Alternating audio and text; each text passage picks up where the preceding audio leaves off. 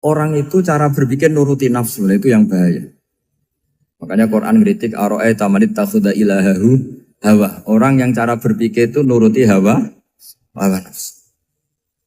Kalau zaman Nabi, zaman sahabat, zaman ulama, itu enggak seperti itu. Sehingga cara berpikir itu mudah. Makanya kata Nabi, absyiru ya ma'syaral muslimin, kata. Kamu harus senang ya ma'syaral muslimin. Allah sekarang buka pintu langit yang sebelumnya enggak pernah dibuka. Dan Allah yubahi bikum malaikata. Dan Allah membanggakan kamu kepada para malaikat. Kenapa? Umatnya Muhammad, umatnya Rasulullah Muhammad SAW, itu kalau sampean kepengen mati setiap saat itu baik, itu resepnya gampang kata Nabi. Addu faridotan wantadzoru ukhra. Jadi Allah memberitahu, ya Muhammad, umatmu ini luar biasa. Jadi misalnya tadi kita sholat subuh, ditanya, Bahak kamu sekarang ngapain? Nunggu sholat duhur ya. Setelah sholat duhur ditanya lagi nunggu apa asar. Sehingga faman kanat hijratuhu ila Allah wa rasulih fa hijratuhu ila Allah. Jadi kalau ya sudah ini tak ijazahkan. Kalau setelah sholat subuh nunggu apa? Duhur. Setelah duhur nunggu. Sehingga ketika kita mati itu statusnya penunggu sholat. Tapi kamu kan enggak miskin. Kenapa? Penunggu kaya. Nah, itu enggak masuk surga itu. Penunggu kemapanan. Berarti kan menunggu sesuatu yang seleranya nafsu. Beda kalau penunggu sholat. Berarti kamu di dunia menunggu ritual ibadah. Maka di antara ijazahnya Nabi apa? Addu faridotan wantadzoru ukhra. Melakukan satu fardu. Kemudian kita menunggu tugas berikutnya. Jadi niati saja setelah subuh nunggu apa? Duhur. Setelah duhur, meskipun kita di perapatan, apa? Nunggu asar ya. Tapi ya asar betul, jangan nunggu tok pas asar enggak. Jadi sebetulnya umat ini gampang sekali. Jadi di antara kebanggaan Allah, yubahi itu Allah bangga dengan malaikatnya adalah umat ini adalah addu faridotan wantadzoru ukhra. Melakukan satu fardu, kemudian menunggu fardu yang lain. Dari mengkhidmati kampus, ingin mengkhidmati masyarakat. Dari satu masyarakat lokal Semarang menjadi sampai sekarang, sampai Banjarmasin, Unisula mau bikin kampus di sana, terus gitu. Dari satu tugas ke tugas yang lain. Makanya Islam diajarkan setelah satu tugas selesai, faida faruhtafan sok. Jadi sehingga hidup kita itu dinamis. Dari satu kebaikan menunggu kebaikan lain, dari satu kebaikan menunggu. Sehingga hidup kita ngapain? Nunggu satu kebaikan. Ini sudah masuk faman kanat hijratuhu ila Allah wa rasulih, fa hijratuhu ila Allah wa rasulih. Sehingga bayangkan kalau kita direkam Allah. Gusti kula ampun mati nak dereng sugih. Wis melarat puluhan tahun, sakit, nunggu sesuatu sing sifatnya nafsu, kepengin sugih. Sugih tok aja cukup. Tahu buruh wong sing tahu ngenyek ndekne lho, itu kan urung-urung wis dendam. Saya belum mau mati sebelum kaya dan buruhkan orang yang pernah melecehkan saya. Wis ngono akhirnya mati urung sugih. Berarti wis fakir matine hasud. Mau itu ngenes dunia akhirat kan kira-kira seperti itu. Kamu santai aja kalau fakir berarti meringankan hisab karena ada banyak harta. Yang mau dihisab papanya enggak punya apa-apa. Jadi saya mohon sekali ya, Islam itu mengawal kebahagiaan. Sebab itu sampai bahagia itu menjadi perintah Islam, qul bi fadlillah wa bi rahmati fa bidzalika falyafrahu. Karena dengan bahagia bi taat diharapkan orang Islam itu tidak bahagia atau cari kesenangan lewat jalur maksiat. Sehingga ciri utama wali apa? Ala inna awliya Allahi la khaufun alaihim wa lahum yahzanun. Sehingga ulama dulu itu rileks-rileksnya. Termasuk yang saya ceritakan tadi, Imam Ahmad, Imam Syafi'i. Itu melihat apa saja rileks. Ya tadi kalau disenangi orang ya barokah, punya kawan kebaikan. Nak dineng ya barokah dineng di gedingi tonggo rada utang, ngeranjuk tulo gitu. Jadi rileks saja. Masyhur itu Imam Syafi'i ngendikan waman asaa ilaika faqat atlakoka. Orang yang berbuat buruk sama kamu, hakikatnya adalah membebaskan kamu. Atlako itu apa? Membebaskan. Enak gak jadi hidup gitu? Kalau kamu kan enggak, kok gedeng aku salahku apa? Malah kamu ujub tuh, orang kok gak tahu salahnya. Kamu jadi suami, istrinya ngomel, kurang apa saya sebagai suami? Ya kurang banyak, enggak ganteng, enggak kaya, enggak ini. Malah kalau diterangkan malah parah toh. Ya sudah rileks saja. Kalau dia ngomel ya tadi, alhamdulillah dapat pahala tanpa apa? Biaya. Terus ngomel kan butuh energi, paling yang tidak kuat 3 jam. Nanti juga berhenti apa? Terus ambil nilai positifnya, misalnya ngomel sama suaminya, bagus lah. Kalau ngomel sama tetangga malah kayak apa gitu aja udah.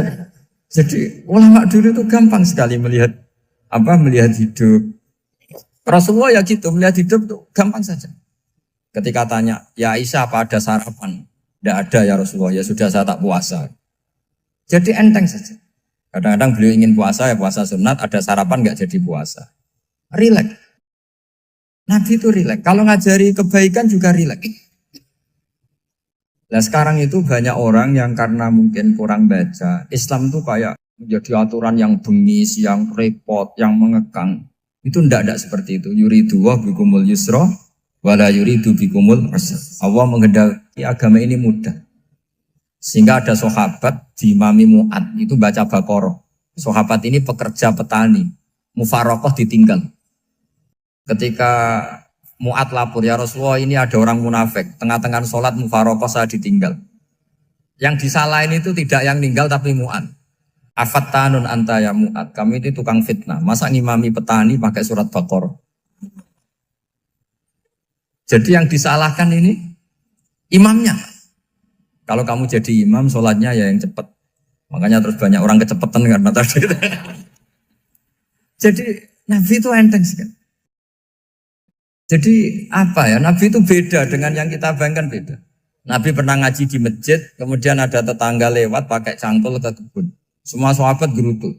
Ini orang tidak benar. Ada Nabi ngaji ditinggal saja ke kebun, tidak ikut ngaji. Jawabannya Nabi tidak. Itu bagus itu ikut sunnah saya. Kenapa ya Rasulullah? Dia kerjanya nyari halal. Dan untuk menghidupi keluarganya itu juga ajaran saya. Sehingga yang ngaji ya ajarannya Nabi, yang enggak ngaji karena kerja mencukupi keluarga juga ajarannya Nabi. Segampang ini. Oh, kalau kayaknya kamu kan, wes gak roh akhlak kan gitu. Nabi rileks saja Nabi. Sampai bisa lihat itu di bab Fadhailul Kasbi.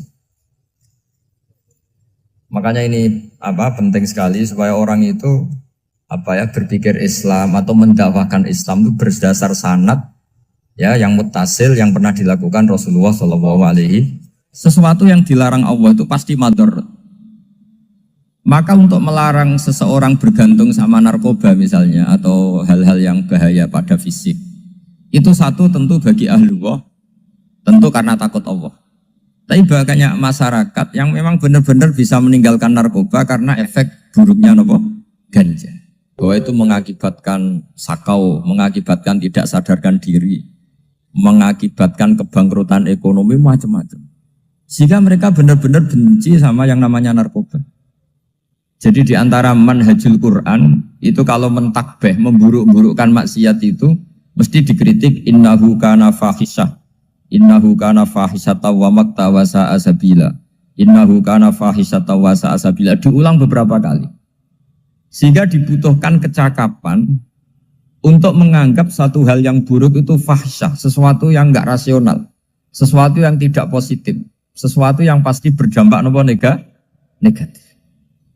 Sehingga kalau misalnya tadi dibacakan oleh Qori, kuntum khaira ummatin ukhrijat linnasi ta'muruna bil ma'ruf wa tanhauna 'anil munkar.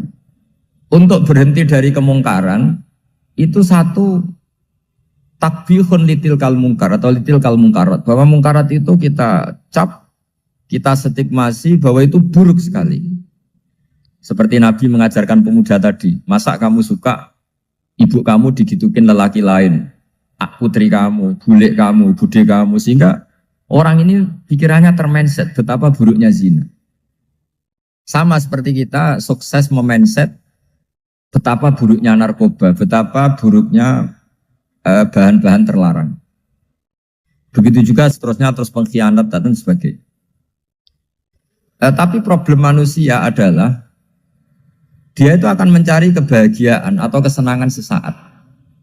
Maka caranya gimana? Keinginan senang lewat maksiat ini dilawan dengan nyaman dengan taat. Saya ulang lagi, nyaman dengan taat. Sehingga ulama dulu punya kalimatul munajat, artinya kalimat hubungan pribadi sama Allah yang menjadikan orang itu nyaman. Dan ini yang diajarkan kitab-kitab tasawuf. Kitab tasawuf itu sukses mengajarkan melihat alam raya ini semuanya nyaman, termasuk yang mengecewakan. Itu dianggap nyaman. Saya berkali-kali mengajarkan ilmu ini karena ini musalsal ila Rasulillah SAW. Itu pernah suatu saat Imam Ahmad itu dipanggil sama tetangganya, anak muda. Tentu Imam Ahmad ini orang yang sangat soleh, sangat waroi, sangat tunduk sama perintahnya Allah dan Rasul. Pemuda tadi manggil, ya Ahmad, datang ke rumah saya. Imam Ahmad datang. Setelah sampai ke pemuda tadi, sudah pulang lagi, saya tidak butuh kamu. Pulang lagi. Setelah sampai rumah dipanggil lagi, ya Ahmad, datang lagi. Datang lagi. Oh, saya tidak jadi butuh, pulang lagi. Sampai 3 kali. Dan itu perangai ekspresi Imam Ahmad itu atau ulama lain yang sesoleh beliau itu nyaman, indah. Beliau tetap senyum-senyum nyaman. Beliau tidak tersinggung, tidak terprovokasi, pokoknya tidak tersinggung, kelihatan nyaman. Lama-lama pemuda ini terus tanya, ya Ahmad, kamu saya perlakukan seperti ini kok tidak tersinggung? Kamu senyum-senyum saja, happy-happy saja. Jawabnya Imam Ahmad itu unik. Wahai pemuda, saya kamu panggil itu senang sekali. Karena kata Nabi, kalau kamu iman dengan Allah dan Rasul, maka hormatilah tetangga. Jadi saya senang. Karena nuruti perintah Allah untuk menghormati tetangga. Jadi tidak ada urusannya dengan kamu. Kagetnya kayak apa? Jadi dipanggil tetangga ya senang karena melakukan perintahnya Allah dan Rasul, yaitu ikramul jar, fal yukrim jarum. Disuruh pulang, kamu ingin saya pulang, ya saya pulang. Disuruh datang, ya saya datang. Jadi saya tidak tersinggung, saya tidak ada urusan dengan kamu. Urusan saya dengan Allah Subhanahu wa Ta'ala. Itu kalau bapak-bapak istrinya ngomel terus sabar itu ya bagus. Saya tidak punya urusan. Kalau kamu terprovokasi oleh istri, berarti kamu didikte oleh makhluk. Masa seorang rektor didikte makhluk? Kan tidak keren. Apalagi seorang habib didikte makhluk, kan tidak keren. Yang bisa mendikte kita hanya Allah Subhanahu wa Ta'ala. Dan Allah mendikte kita, mengajarkan kita wa ashiruhunna bil ma'ruf fa in karihtuhunna fa'asa an takrahu shay'an wa yaj'alallahu fi khairan katsira. Jadi cara melihat istri kita bawel gitu atau cerewet, alhamdulillah ini ada pahala tanpa modal, cukup sabar. Kalau istri kamu sedang mesra, malah mintanya ke mall, malah biayanya tinggi. Murah mana dapat pahala dimarahin sama saat mesra minta ke mall? Milih yang pertama kan? Nah ya itu tidak usah modal ini. Ya gitu aja. Jadi kalau istri sedang marah bawel, anggap saja ini rezeki. Dapat pahala tanpa apa? Biaya. Nah, kalau pas rukun malah nantang ke mall, biayanya malah tinggi. Jadi ulama dulu itu melihat dunia itu happy. Pernah Imam Syafi'i dikasih tahu, orang yang tadi nyium tangan kamu ya, itu di rumah menghujat Anda. Jadi dia sopan hanya di depan Anda, kalau di luar menghujat Anda. Jawabnya Imam Syafi'i lucu. Ya baguslah. Yang cerita ini kaget. Kenapa bagus ya Aba Abdillah? Kalau manggil Imam Syafi'i ya Aba Abdillah. Ya berarti saya masih wibawa, di depan saya tidak berani katanya. Jadi dipandang enteng saja. Jadi kalau kamu di depan kamu istri kamu tidak berani belanja, tidak ada kamu belanja banyak, anggap saja Anda wibawa. Jadi enteng saja. Pernah Imam Syafi'i dikasih tahu, separuh dari kampung Anda itu gak suka kamu. Ya bagus lah. Kenapa? Oh nak rukun malah bakal utang katanya gitu. Kira-kira yang utang itu yang rukun apa yang neng-nengan? Yang rukun. Jadi enteng saja. Masyhur itu makalahnya Imam Syafi'i. Waman asa'a ilaika faqad atlaqaka. Orang yang berbuat buruk sama kamu berarti membebaskan kamu. Kalau saya sedang nenengan sama Habib Hasan Toha Putra, beliau naik Alphard gak nawarin saya sah karena baru nenengan. Tapi kalau sedang rukun malah harus repot mana? Rukun sama ndak rukun? Repot rukun sebetulnya. Jadi Imam Syafi'i itu happy saja. Kalau sedang rukun sama tetangga ya dianggap rukun itu satu kenikmatan.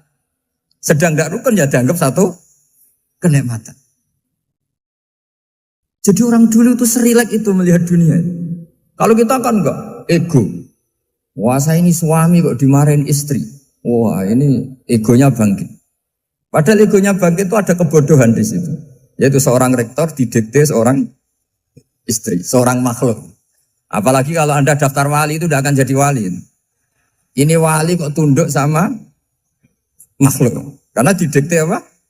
Makhluk. Maka Imam Ahmad ketika tetangganya bully gitu ya santai saja, beliau happy. Ketika pemuda tadi eskal janggal, kenapa kamu gak tersinggung ya Ahmad? Memangnya saya harus tersinggung gimana? Kan tak panggil tidak jadi, tak panggil tidak jadi. Hei pemuda, saya ini tidak punya urusan dengan kamu. Saya nuruti kamu karena perintahnya.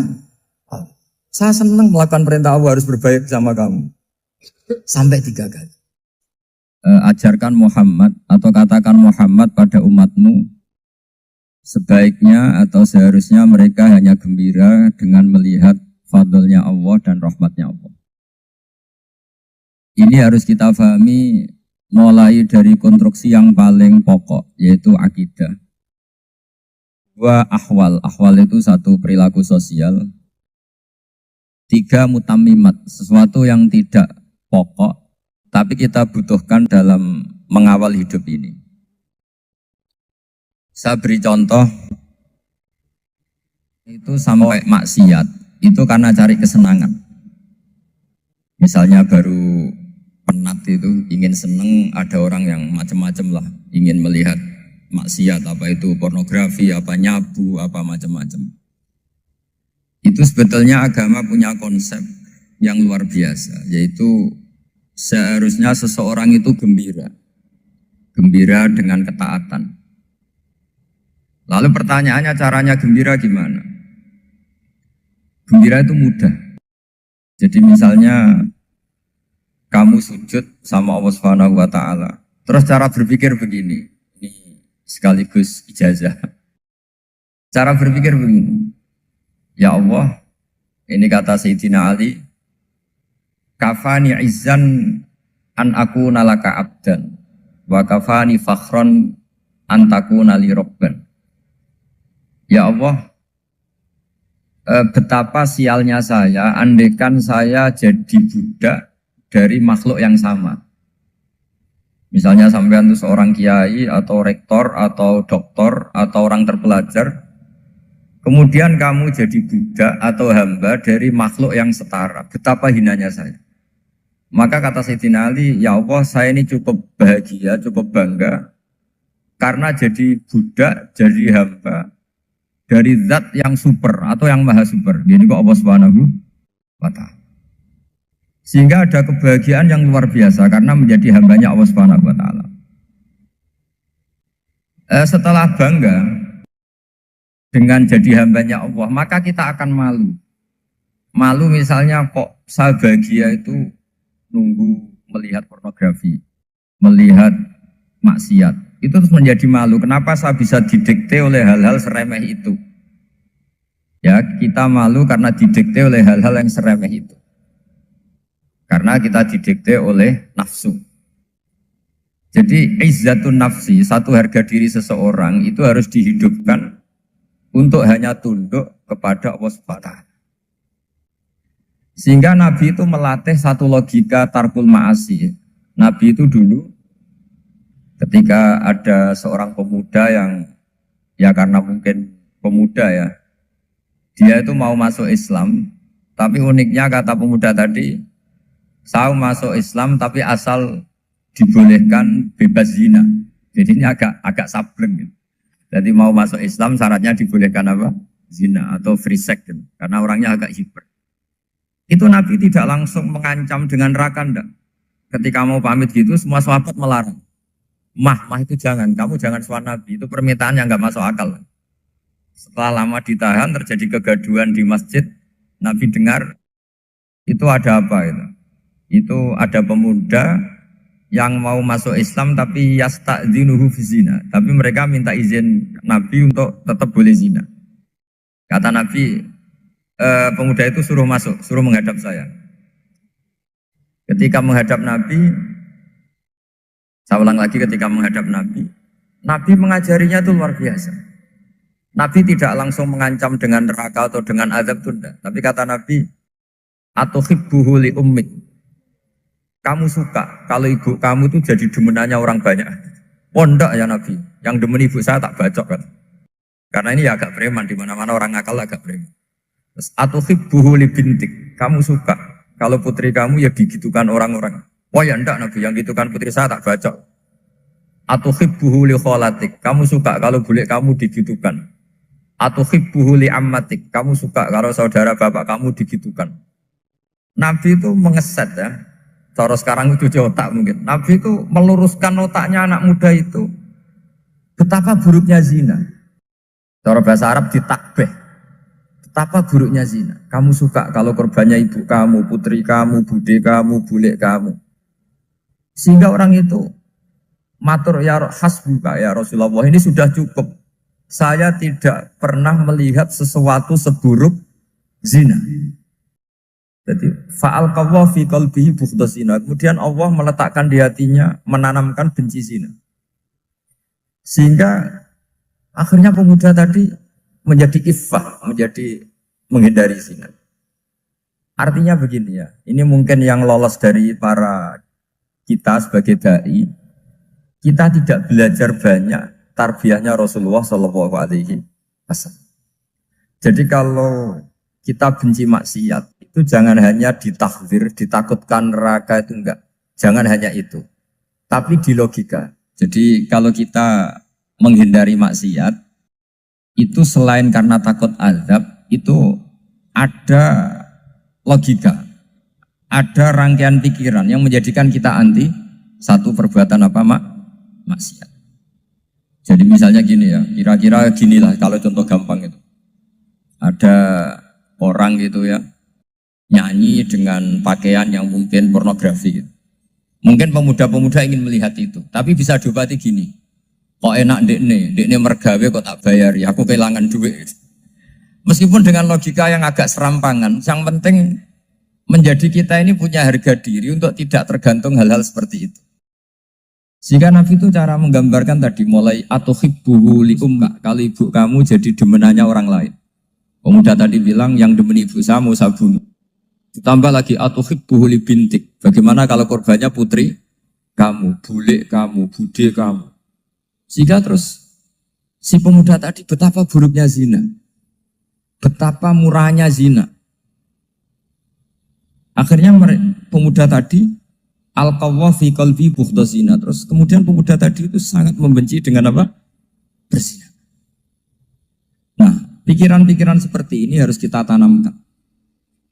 Harus kita tanamkan supaya orang itu benci melakukan maksiat karena satu memang takut sukhtuwah, takut dibendu Allah atau dibenci Allah.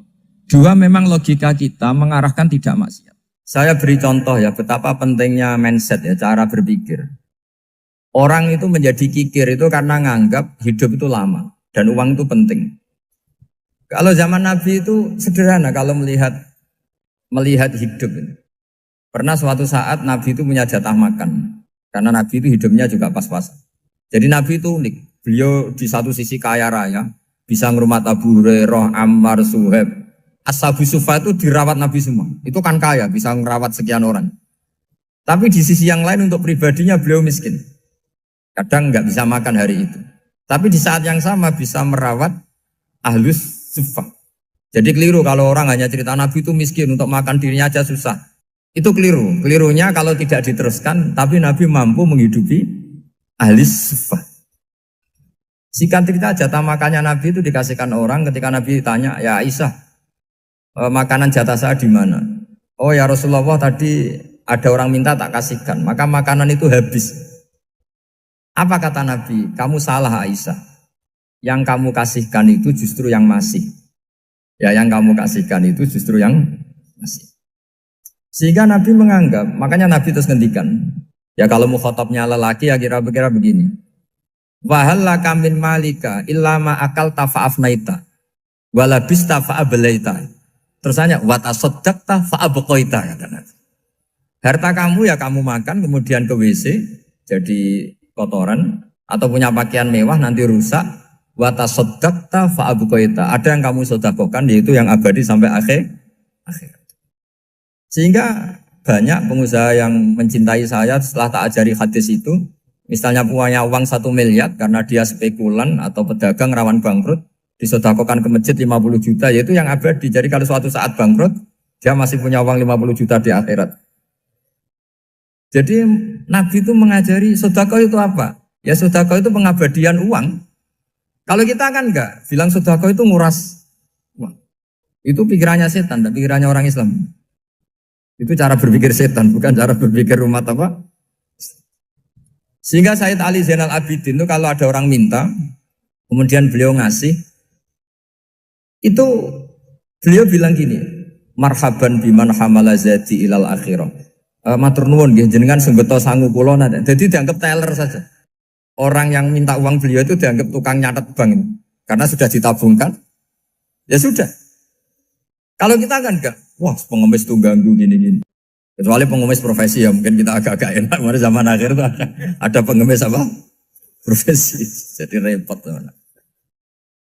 Terus tak beri contoh lagi kebahagiaan ketika kita milih Islam moderat. Islam kita diajarkan guru-guru kita, utamanya oleh guru kita Mbah Maimun. Saya juga sering ketemu beberapa ulama dunia, termasuk Habib Umar. Saya juga ikut sowan ke sini pas beliau sama Habib ini Hasan Toha Putra di sini sama orang-orang moderat itu cara berpikir juga luar biasa indah. Beliau pernah cerita ya beberapa ulama lah, banyak yang cerita itu. Saya pernah diceritani seorang alim ketika ada orang ekstremis itu mau ngebom di tempat maksiat. Kebetulan yang maksiat itu kebanyakan ya orang Islam. Karena di negara yang mayoritas Islam. Ditanya sama Syekh Sa'rawi. Syekh Sa'rawi itu mufassir top di mana? Mesir. Ini mau tak habisin karena mereka orang Islam kok maksiat terus. Terus ditanya sama Imam Sa'rawi. Laumatu ala khini ma'asihim aina masiruhum. Kalau mereka mati dalam keadaan maksiat, mereka kemana? Ya ilan nar, mereka pasti masuk neraka. Terus ditanya sama Imam Sa'rawi. Wahal masiruhum ilan nar muradun nabi amlan. Punya umat maksiat kemudian mati masuk neraka, itu yang diinginkan Nabi apa enggak? Ya tidak aja. Ya sudah, enggak usah dibom, ditunggu tobatnya kata. Karena kalau mati dalam keadaan itu ke neraka dan itu tidak yang diinginkan Rasulullah Sallallahu Alaihi Wasallam. Terus ekstremis ini menjadi tobat, tidak berpikir ekstremis Mas. Jadi orang itu harus berpikir mindset yang baik. Meskipun kadang berpikir baik itu ya agak-agak kacau. Ada seorang wali majdub itu kalau berdoa agak kacau, tapi nggak bisa dibantah. Masyhur itu doa itu. Ini sekaligus ijazah, tapi kalau sebelum wali nggak boleh. Itu datang ke makamnya Rasulullah SAW. Terus doanya itu begini. Ya Allah, sekarang terserah engkau. Ya Allah, sekarang terserah engkau. Jika saya kamu jadikan orang soleh, jika saya engkau jadikan orang soleh, maka surra habibuk, maka kekasihmu ini senang. Yang susah musuhmu yaitu setan. Tapi kalau engkau menjadikan saya orang fasik, maka yang susah kekasihmu, yang senang musuhmu. Jangan punya dua pilihan itu. Wah itu kan doa tapi kayak teror itu. Ya jadi berdoa di Raudhah. Wah itu pasti mandi itu karena agak-agak maksa Tuhan itu. Ya Allah, engkau punya dua pilihan. Jika saya jadi orang soleh, maka kekasihmu ini senang. Musuhmu yang susah yaitu setan. Tapi jika saya jadi orang fasik, maka musuhmu yang senang, kekasihmu yang susah. Mohon terserah jenengan, mau menyenangkan kekasihmu, apa menyenangkan musuhmu gitu. Kira-kira gimana? Kalau tertarik boleh doa itu dipraktekkan. Tapi kayaknya kalau copy paste itu gak keren, apa? Jadi dulu orang itu muamalah sama Allah dan Rasul itu rileks. Rileks itu nyaman karena ya tadi kul bi fadlillah wa bi rahmati fa bidzalika falyafrah. Sehingga Imam Izzuddin bin Abdissalam itu ngendikan innalladzina yarmunal muhsanatil ghafilat. Di antara kebaikannya ibu-ibu atau mbak-mbak ini harus berstatus ghafilat. Perempuan-perempuan pelupa. Ghafilat itu pelupa. Pelupa dari kenikmatan maksiat sehingga mereka dengan taat. Misalnya ada ibu-ibu atau mbak-mbak atau juga bapak-bapak tahajud, kemudian nyaman dengan tahajud itu. Kira-kira terbersit enggak ingin maksiat? Enggak kan, karena sudah nyaman dengan tahajud, dengan taat. Maka dibutuhkan kenyamanan dalam beribadah. Sebab itu ala bidzikrillahi tatmainnul qulub. Makanya saya termasuk kiai yang setiap ngaji itu happy, seneng. Karena ini untuk kampanye, seneng dengan ngaji, dengan taat itu sudah luar biasa. Kayak apa kalau mereka senengnya kalau nunggu melakukan maksiat. Jadi termasuk bentuk perlawanan kita terhadap maksiat adalah usahakan kamu tuh bahagia, seneng dengan taat. Istiqnas billah, mu'anasah billah, farah billah, itmi'nan tumaknina billah. Sehingga ini mencukupkan kita tidak berkebutuhan maksiat. Meskipun kita ya manusia, pasti suatu saat atau sudah pernah maksiat. Serasa diceritakan lah, itu mesti gitu. Lah orang-orang dulu itu orang yang sukses mengelola bahagia ma'allah wa billah walillah. Jika wali-wali dulu itu jadi wali itu tidak mesti karena ibadahnya banyak, itu enggak. Mereka orang yang ibadahnya itu biasa.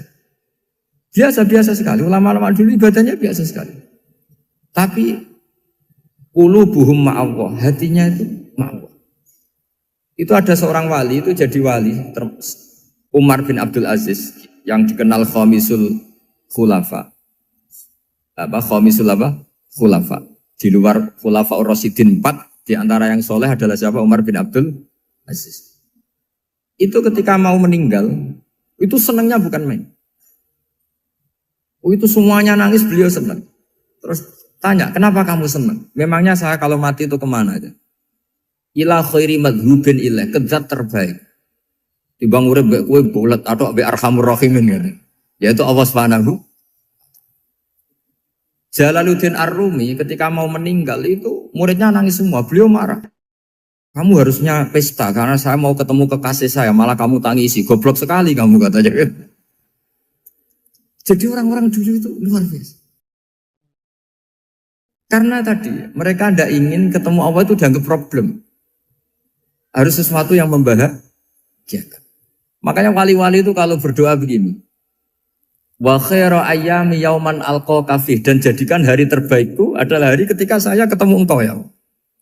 Pernah dengar doa itu? Wa khairu ayyami yauman alqa kafih, dan hari terbaikku adalah hari saat ketemu engkau. Nah, kan enggak, sampai matiku wedi. Saya tidak tahu wedi dosa apa wedi Israel apa wedi malaikat siapa? Mungkar Nakir. Sebenarnya tidak perlu seperti itu. Karena cara pandang Nabi itu ini bisa dipraktekkan. Kalau kamu orang baik, mati artinya apa? Ya baik. Karena husnul khotimah. Kalau kamu orang yang buruk, itu kata Nabi, anggap saja mati itu akhir dari keburukan kamu. Nah, aku urip terus, malah maksiat terus. Maka Nabi itu kalau ngajari kita berdoa gini, Allah maj'alil hayata ziyadatan li fi kulli khairin wal mauta rohatan li min kulli syarri. Ya Allah, kalau saya hidup, ya anggap saja ziyadah fi kulli khairin, berpotensi nambahi kebaikan. Kalau saya mati, anggap saja ini akhir dari segala keburukan. Maka saya berkali-kali, banyak tradisi ulama-ulama NU, ulama-ulama pesantren, ya ada hanya NU, pokoknya ulama-ulama alim. Itu kalau ada orang mati, orang nakal gitu mati, ini saya gitu. Itu hadirin mesti gak terima. Wapi enang itu orang nakal. Tapi dipaksa sama kiainya, saya gitu. Lama-lama dipaksa. Saya gitu. Padahal yang hatinya kiai, wis ra iso maksiat meneh, wis saya gitu. Karena dengan mati berarti saya sudah tidak bisa maksiat lagi. Jadi Nabi melihat hidup dan mati itu segampang itu. Kalau al-hayata ziyadatan li fi kulli khairin wal mauta rohatan li min kulli syarr. Coba kita ke depan itu kan ada potensi zina, potensi korupsi, potensi maksiat. Yang bisa menghentikan potensi itu apa coba? Mati ya, udah pinter ya. Sudah maju berani mati. Berani. Tapi jangan di sini ngel-ngelo panitia. Artinya yang selama ini kita risau dengan kematian, dengan apa? Nabi ngajari kita tadi. Allah maj'alil hayata ziyadatan li fi kulli khairin wal mauta rohatan li min kulli syarr. Ya Allah, jadikan hidup ini sebagai bekal menambah kebaikan, dan suatu saat kalau saya mati, semoga itu akhir dari segala keburukan. Jadi artinya Nabi itu ngajari kita itu positif terus. Sama seperti ulamanya tadi. Nak lagi rukun mbek tonggo ya sanggep ae kanca keapian. Nak nenengan ben ra utang ngoten. Dadi pokoknya penak terus itu loh. Nak bojo lagi ngamuk alhamdulillah gak ngajak blonjo. Nak pas rukun ya alhamdulillah kok lagi rukun. Jadi gampang semua. Makanya ada seorang alim itu ngendikan begini, ada yang tanya. Saya tuh dulu ketika kaya, teman saya sering main ke saya. Setelah saya miskin gak ada teman-teman yang ke saya. Dikira si Habib ini kebetulan orangnya Habib itu mendukung keluhan dia. Ternyata enggak. Si orang alim itu bilang gini, malah bagus toh gitu. Kowe wis melarat buruhe wong. Ya sudah kamu miskin buruhnya orang lain. Misalnya tukang manol di pasar atau tukang becak. Kemudian teman-teman kamu datang, malah kamu malu tuh jadi tontonan. Bagus kalau mereka lupa, pas kamu miskin tidak ada yang lihat katanya. Jadi apa ya, dianggap enteng saja gitu. Akhirnya orang ini nggak jadi ngeluh. Selama ini kan kita ngeluh ya, ketika miskin teman-teman nggak datang. Coba kalau mereka datang pas kamu buruh bikin botol di orang lain, mantan bos buruh, malu gak? Milih datang kepada? Nggak lah, sudah bener itu. Jadi ulama dulu itu makanya sering baca biar tahu solusi hidup. Jadi ulama dulu itu gampang sekali melihat kehidupan itu, gampang sekali, indah, gampang. Kebahagiaan ini pula yang harus kita latih dalam melakukan ketaatan.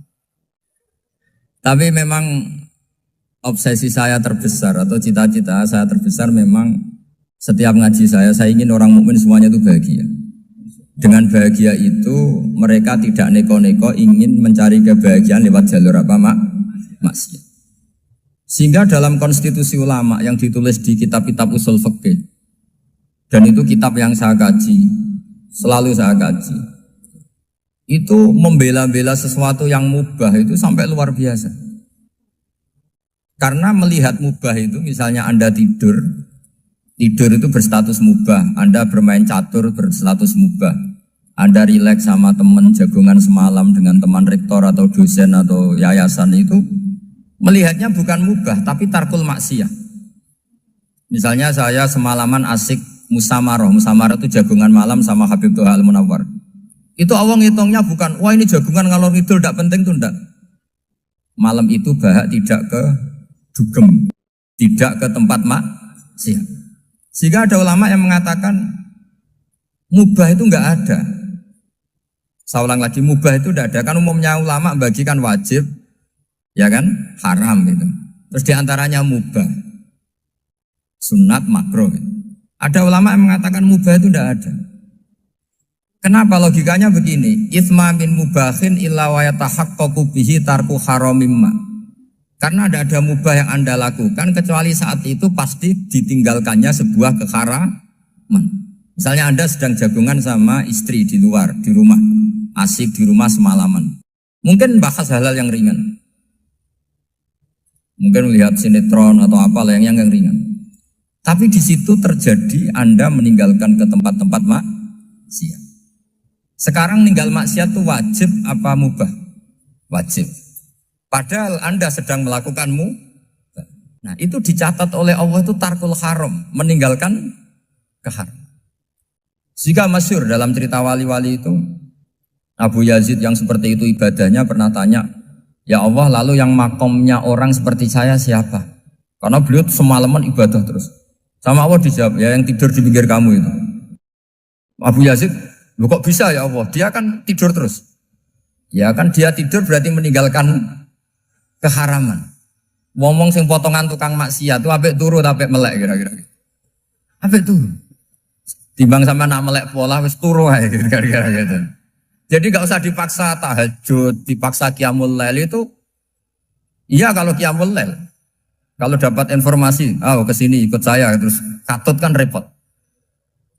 Jadi perlawanan terhadap maksiat itu sebetulnya gampang dalam Islam karena tadi nggak ada sesuatu yang mubah kecuali saat dilakukan berakibat meninggalkan keharaman. Mudah sekali. Jika banyak orang jadi wali itu karena melakukan mubah.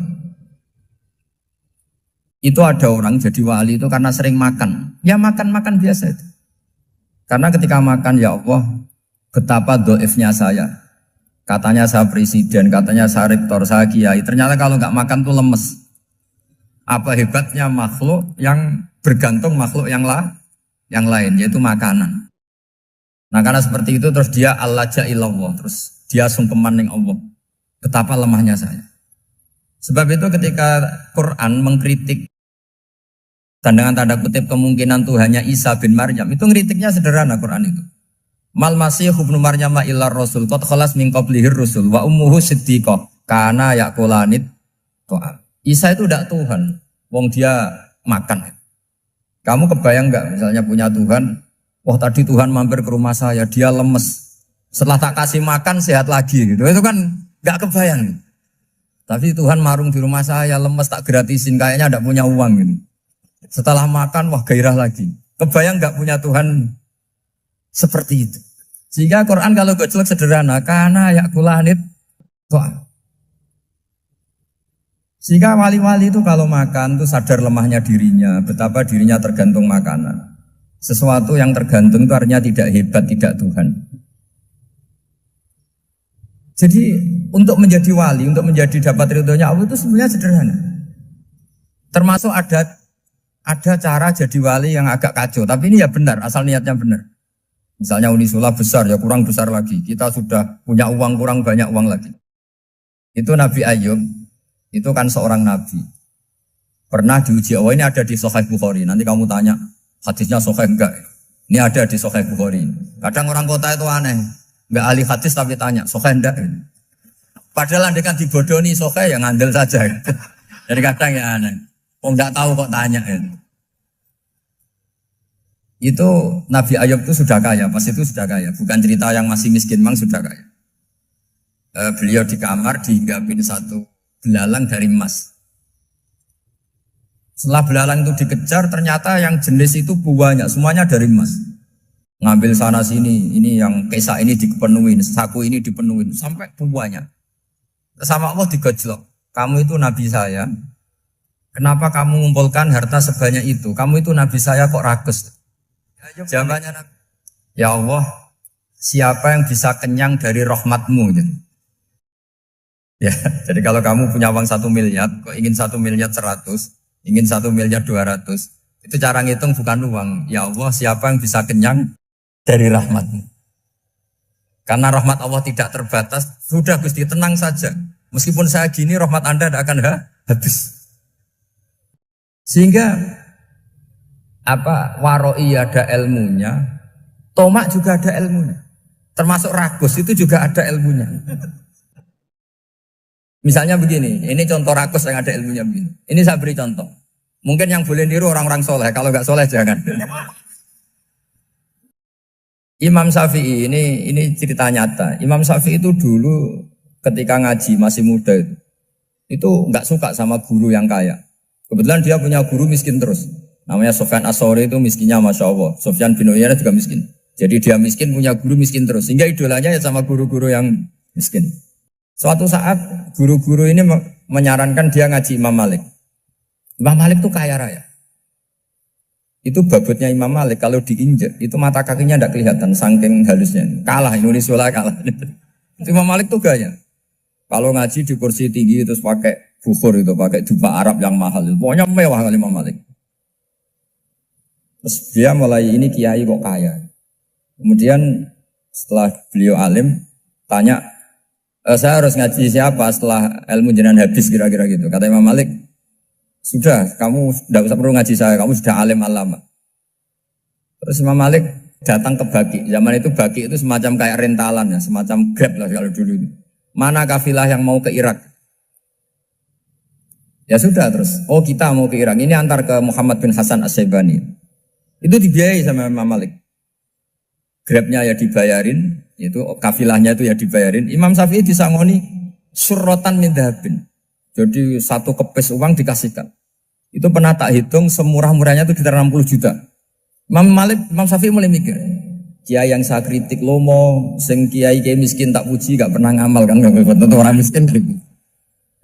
Setelah datang ke Muhammad bin Hasan As-Syaibani, beliau itu pakar usul fikih, muridnya Abu Hanifah. Beliau al-usuli, pakar usul fikih. Itu Muhammad bin Hasan As-Syaibani itu kalau ngitung emas, itu di ruang tamu. Uangnya miliaran, emasnya banyak. Dari kota ini dipindah ke kota ini. Mas, kalau ngitung di ruang tamu. Bukan di kamar, di ruang tamu. Imam Syafi'i tambah kaget. Imam Malik kayak gitu sudah saya soal, malah ini kaya raya. Setelah Imam Syafi'i kelihatan kaget, digojlok sama Muhammad bin Hasan Asyibani karena beliau senior. Atak jabu min hadza, kamu aneh melihat ini? Iya.